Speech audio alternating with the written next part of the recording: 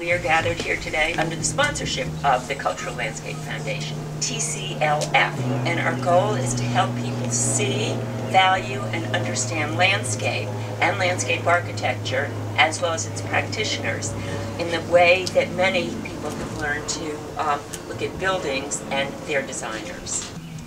This is the second season of Garden Dialogues, and this year at 40 sites nationwide, we have gatherings like this one, where you can hear from stewards, patrons, and owners, and their design team, in this case, Peter McQuillan and Adam Rose and Larry Weaner, and have them talk about their collaboration with respect to the creative process. At some point I realized that at least half, if not more, of the things you learned are the right thing to do in horticulture are counterproductive in natural design once you get out of the garden scale. Once you get beyond the ability to hand weed a garden, you have to change everything. You have to set the plants up for success. This meadow was planted in, Jeff again, 09, so it's 4 years old. A couple of things. It was planted in early July. So you might say, you're crazy. Why would you plant anything in early July on the cusp of summer? The majority of meadow species are warm weather plants. They grow in the hot season. The native grasses, little blue stem, this stuff you see here with the bluish tint, doesn't even start growing till it gets hot, really.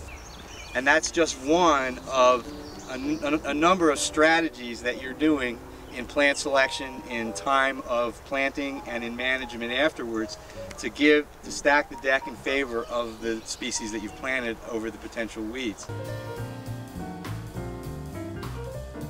This meadow, which is 1 year old, it was planted late spring last year. This one and the next one here were done organically, and the weeds were killed that were here initially with black plastic.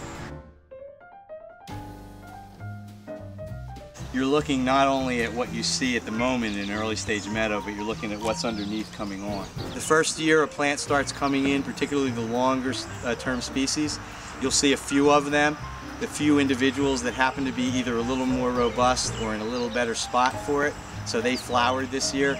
And generally when you see a scattering of plants, it usually means there's a lot of smaller ones that didn't bloom that year kind of coming on, and that's the case with the liatris and the aster and the coneflower and other things in this meadow. So the question about this meadow, okay, what happened to the black-eyed Susan? Well, as far as a profuse flower this year, it's going to be kind of replaced by the mountain mint. But what's the future of the meadow? The future of the meadow, this plant will persist, but the future of the meadow is not what you see up at the top. The future is, what do I see down there? Coneflower, smooth aster, you know, because those are young plants coming on. There's an ecologist from Rutgers who spoke at a conference that I run every January for landscape architects. And she said, when you're talking about creating meadows or any kind of natural areas, there's only one answer to every question that anyone can ask. And I'm thinking, what the hell are you talking about? You know, this is precision and different plants growing in different places. Why can't you tell me there's one answer? And the one answer is, it depends. And it's true, you know, it depends. You know, should I spray the whole field? Well, it depends. What's out there? You know, when should I do it? Well, it depends. You know, what are you trying to grow? You know, every place is different. Every client's expectations and aesthetic considerations are different. So you really, what this is all about is understanding the underlying characteristics that govern which direction vegetation goes in, understanding what goals are for a particular site, and putting together what really is a unique strategy over time to get it to where you want it to be.